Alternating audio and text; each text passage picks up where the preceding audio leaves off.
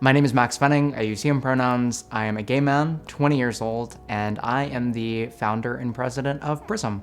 I think that coming out in the space that I'm in was comparatively easygoing, that I was really welcomed with open arms, that I felt freer.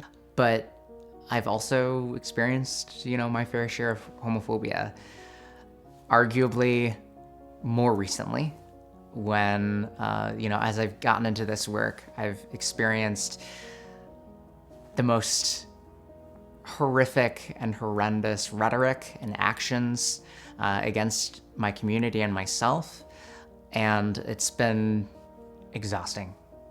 PRISM is a youth-led nonprofit. We work to expand access to LGBT-inclusive education and sexual health resources for young people in South Florida. We never intended to get into policy work, and it was really spurred by this infamous Don't Say Gay or Don't Say LGBT law passing its first House committee that was so uniquely within the work that we do. So we went up to Tallahassee, and then we went up again, and then again, fighting against this anti-LGBT legislation that we're seeing, specifically that's impacting education and young people's access to healthcare. And then also in local school boards in Palm Beach, Broward, and Miami-Dade County, where we've seen attacks against our community, and we've also seen efforts to uplift and support our community, and really fighting for policies and practices and procedures that are gonna create inclusive schools and inclusive curriculum for students.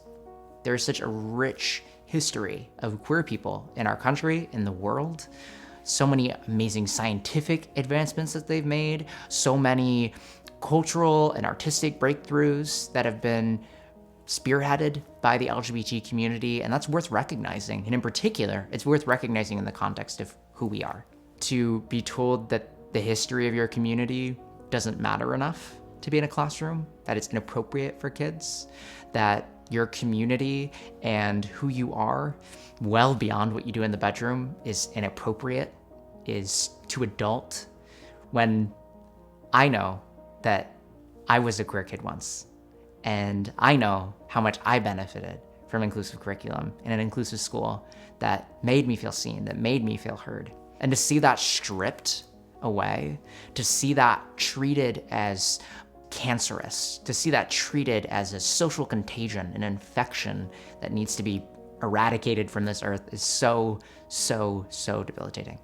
Young queer people are scared of what this means for their safety, their physical safety in schools.